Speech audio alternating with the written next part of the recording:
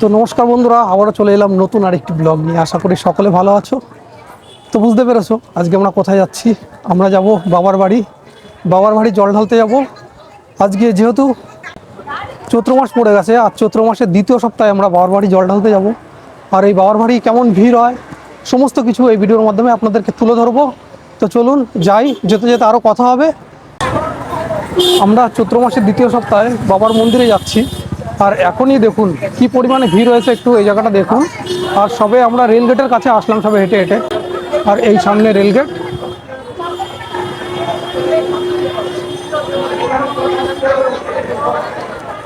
তবে এখান থেকে যে পরিমাণে ভিড় হয় সেই ভিড়টা কিন্তু হয়নি এবছর এখনো। এখন সবে দ্বিতীয় সপ্তাহ, এখান থেকে যে পরিমাণে ভিড়টা হয় এবছর এখনো সেই ভিড়টা হয়নি। তো এই বছর 5টা সপ্তাহ পড়েছে, সেই কারণে একটু ভিড়টা কম আছে। আর চলুন আমি দেখাচ্ছি এখান থেকে রেলগেটটা খোলা আছে। আর রেলগেটের এখানে প্রচুর পরিমাণে ভিড় হয়। আর আমরা এখান থেকে যাব শেওড়াফুলির ঘাটে। আর যারা ট্রেনে করে যাবে মনে করছে ওই শেওড়াফুলি স্টেশন দেখা যাচ্ছে। আর ওখান থেকেও ভিতর থেকে হেঁটে হেঁটে নিমাই তীর্থের ঘাটে আসে অনেকে। তো এখন অতটা পরিমাণে ভিড় হয়নি। তো চলুন ঘাটে যাই, তারপর ঘাটে গিয়ে দেখাচ্ছি আপনাদেরকে।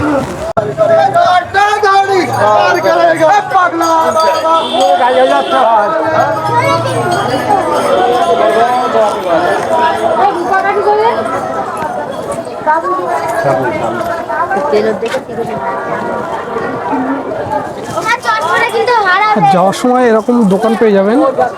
আপনার তারকেশ্বর যাওয়ার জন্য যে সমস্ত সামগ্রী পাওয়া যায় এই সমস্ত দোকানে পাওয়া যায়, আপনারা কিনে নিয়ে যেতে পারেন। আর এই সামনে হলো নিমাই তীর্থের ঘাট। চলুন আমরা চলে এসেছি, আমরাও যাব, স্নান করব। প্রথম একটা জায়গা দেখি, তারপর ওখান থেকে স্নান করে আমরাও হেঁটে হেঁটে পুরো বাবার বাড়িতে যাব।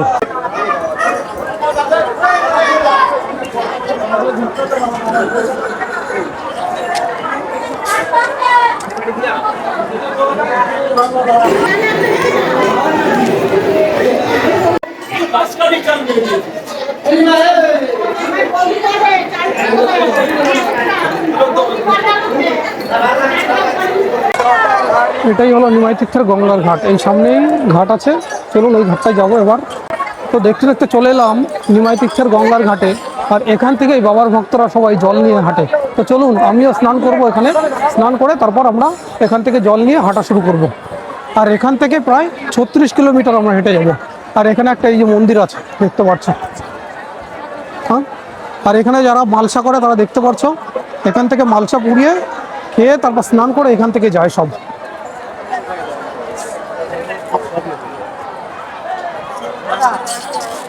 আর যাবতীয় ফুলও পাওয়া যাবে। ফুল কত করে দাদা মালা? 5 টাকা পিস। আর এখানে সবাই দেখতে পাচ্ছ যারা বাঁক নিয়ে যাবে, তারা এই যে সুন্দর সুন্দর বাঁক রয়েছে এখানে, এগুলো নিয়ে সব হেঁটে হেঁটে যাবে বাবার বাড়িতে। যতটা ভিড় হওয়ার কথা অতটা পরিমাণে ভিড় হয়নি এবছর।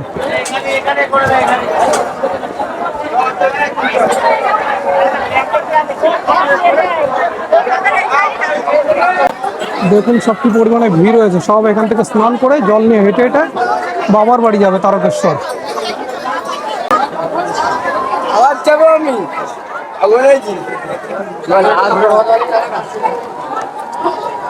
আমরা শেওড়াফুলি ঘাট থেকে স্নান করে বেরিয়ে পড়লাম। এবার চলুন এরপর ডাকাতি কালীবাড়ি পর্যন্ত গিয়ে দেখা হবে আমার। আমরা প্রায় 10 কিলোমিটার হাঁটার পর এসে পৌঁছালাম ডাকাত কালীবাড়ি। এই ডাকাত কালীবাড়ি এখানে হওয়ার পেছনে একটি গল্পও আছে।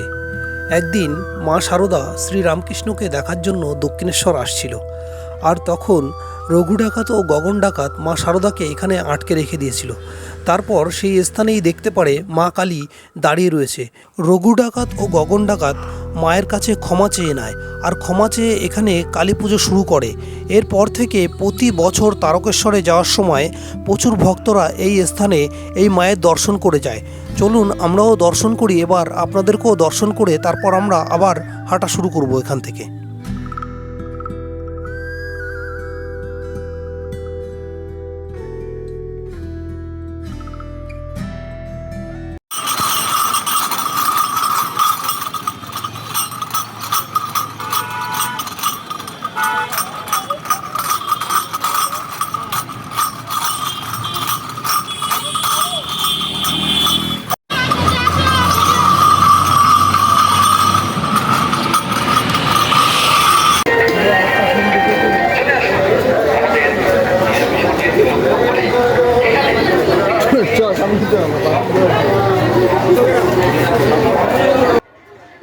তারকেশ্বর যাওয়ার সব যাত্রীগুলো বা সমস্ত ভক্তগুলো এই যে দেখতে পাচ্ছ কাশী বিশ্বনাথ বা মারোয়াড়ি চট্টিতে সব বিশ্রাম নিচ্ছে। এরা আবার ভোরবেলায় গিয়ে সবাই উঠে হাঁটবে, সব বিশ্রাম নিচ্ছে।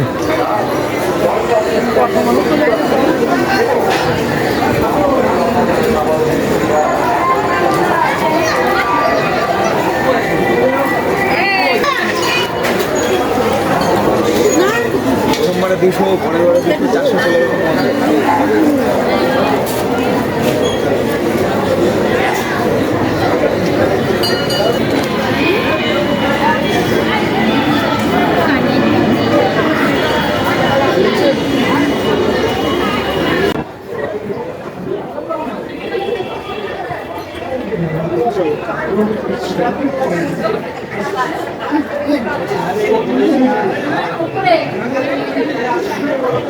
এই হলো মারোয়াড়ি চট্টির বাবা, এই দেখুন।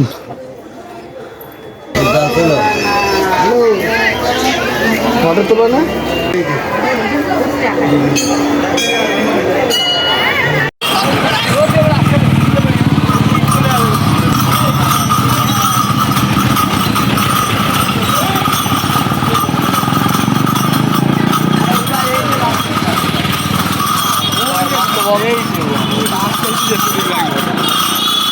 এরাই ঠিক করেছে,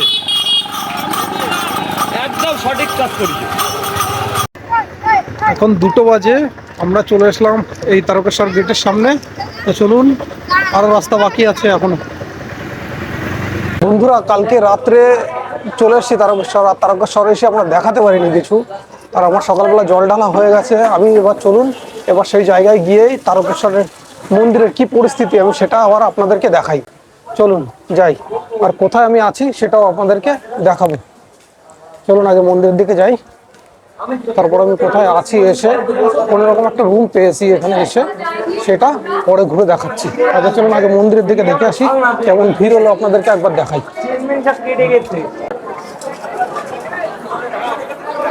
এই যে এদিকে একটা গেট চলে গেছে, এদিকে 4 নম্বর গেট, ওদিকে পরে যাচ্ছি। আগে চলুন 1 নম্বর গেটের দিকে যাই, মেন প্রবেশদ্বারের দিকে যাই, তারপর ওদিকে আমরা যাবো। হ্যাঁ, এই যে এদিকে হচ্ছে 1 নম্বর গেট আছে, এদিকে গিয়ে ডান দিকে যেতে হবে। আর এদিকে হচ্ছে 4 নম্বর গেট আছে। চলুন আগে মেন প্রবেশদ্বারের দিকে যাই। আর এই যে যাওয়ার সময় এরকম প্রচুর দোকান পেয়ে যাবেন যেখান থেকে আপনারা বিভিন্ন সামগ্রী কিনতে পারবেন। দেখুন এখান থেকে ঘুরেই এই যে মূল প্রবেশদ্বার দেখা যাচ্ছে। আর প্রবেশদ্বারের আগে এরকম বিভিন্ন দোকান দেখতে পারবেন, সেখান থেকে আপনারা প্রসাদ কিনেও পুজো দিতে পারবেন। এই যে দোকান দেখতে পাচ্ছেন, এই হলো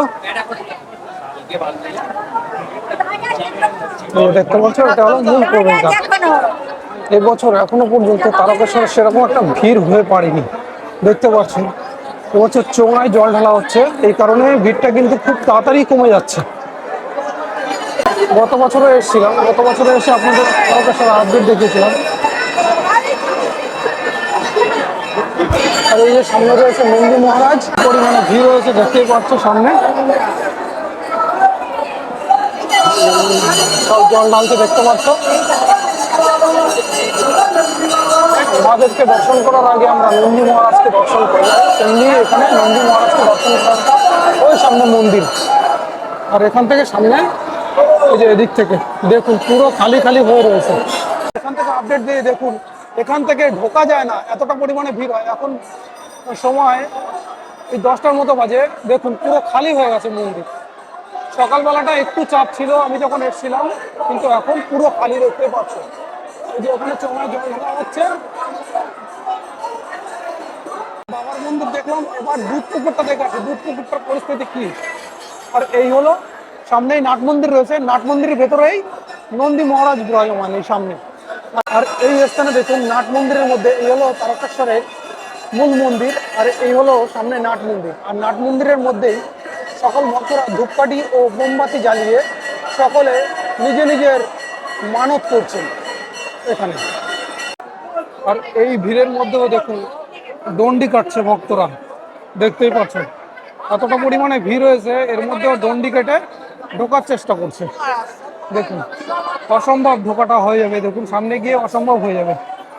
আর যদি আপনারা পুজো দিতে চান এরকম পুরোহিত প্রচুর পেয়ে যাবেন এই মন্দিরে এসে, কিন্তু দেখে শুনে নেবেন, কথা বলে নেবেন ভালো করে, কিছু ফ্রডের হাতে যেন না পড়ে যান আপনারা।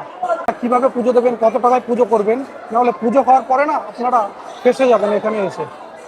এই কারণে আমি আপনাদেরকে এই আপডেটটা দিয়ে দিলাম। মূল মন্দির দর্শন করালাম, এবার চলুন দুধ পুকুরটা এবার দর্শন করাই আপনাদের।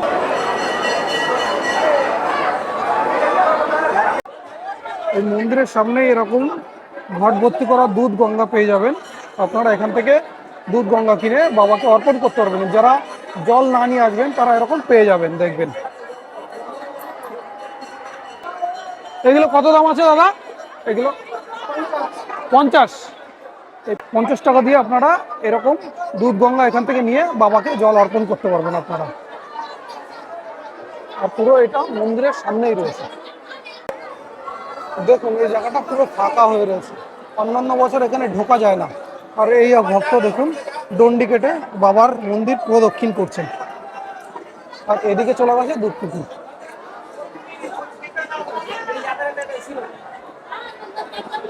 ফাঁকা বলতে গেলেই চলে পুরো।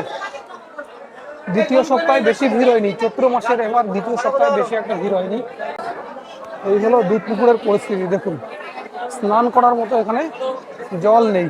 এই দুধ পুকুরে সকলে স্নান করে ভক্তরা বাবার মন্দিরে গিয়ে বাবাকে জল অর্পণ করছেন। আর এই হলো মন্দির সামনে। এই যে তারামা ভান্ডার দেখছেন, এই তারামা ভান্ডারে গত বছর যখন এসেছিলাম তখন আমরা এইখান থেকেই প্রসাদ কিনে পুরো দিয়েছিলাম। আর আপনারা এখানে ব্যাগ সমস্ত কিছু এখানে রেখে যেতে পারবেন এবং এখানে ড্রেসও চেঞ্জ করে নিতে পারবেন। এবছরে অনেকটা পরিমাণে জল কমিয়ে দেওয়া হয়েছে, কারণ হোলির দিন একটা ভীষণ দুর্ঘটনা ঘটে গেছিলো, এখানে একটা বাচ্চা মারা গেছিলো। ওই কারণে অনেকটা জল কমিয়ে দিয়ে পুরো একদম হাঁটু সমান করে দেওয়া হয়েছে, যাতে কোনো দুর্ঘটনা না ঘটে এখানে। আর এই দুধ পুকুর আর সামনেই এইখান থেকে ঢুকে যাচ্ছেন বাবার মন্দিরে। এই যে দেখতে পাচ্ছ এটা 4 নম্বর গেট তারকেশ্বর মন্দিরে। আর দেখুন এখন পুরো ফাঁকা হয়ে গেছে ধরতে গেলে। আর এদিকে রয়েছে হচ্ছে মায়ের মন্দির, আর এদিকেও একটা মন্দির রয়েছে, এদিকে একটা মন্দির রয়েছে দেখতে পাচ্ছ।